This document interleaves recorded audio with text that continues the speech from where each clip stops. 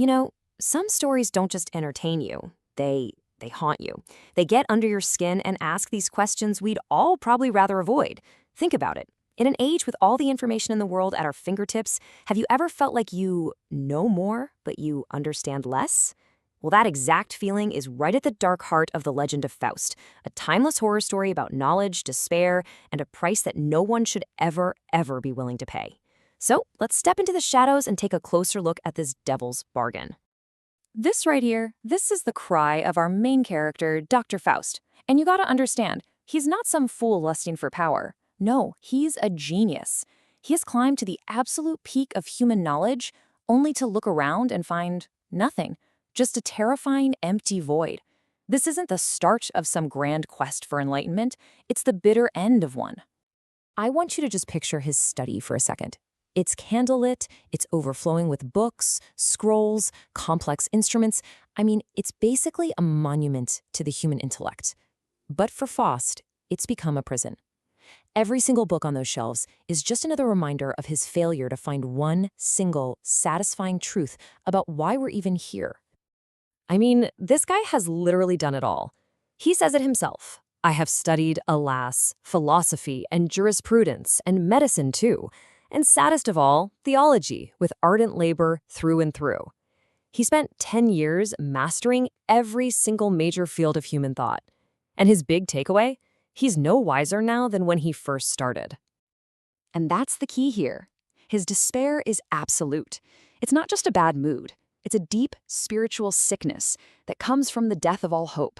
And that is the crack in his soul. It's the exact kind of weakness that a certain kind of opportunist is always waiting for. It's basically an open invitation to the darkness. Okay, so now I want you to pull the camera back, way back from that dusty candlelit study, and look up, far up into the heavens. Because Faust isn't just fighting his own personal demons. Oh no. He's about to become the main event in a cosmic wager between God and the devil himself. So you've got this cosmic debate happening. On one side, you have God, who sees humanity as, yeah, flawed, but fundamentally good, always trying, always striving. But on the other side, you've got the demon Mephistopheles, and he just scoffs.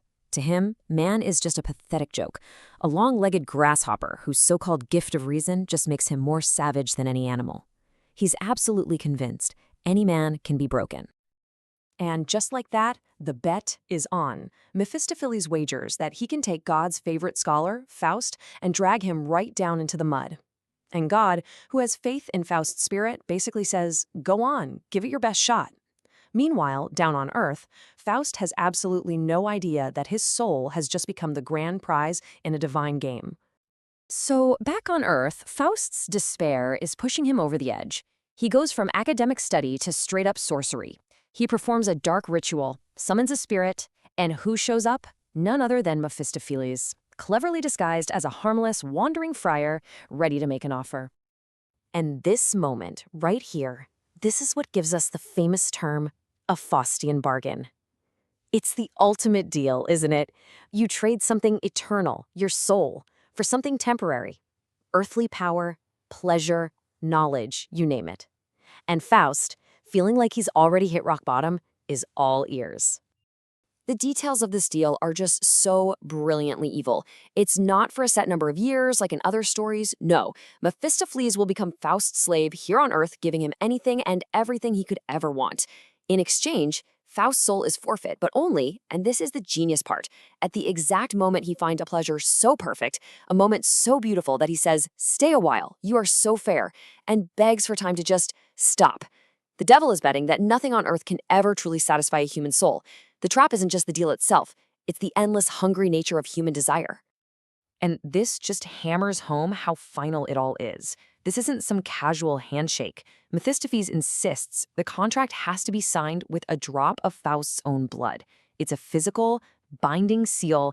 His damnation is literally written into his own veins.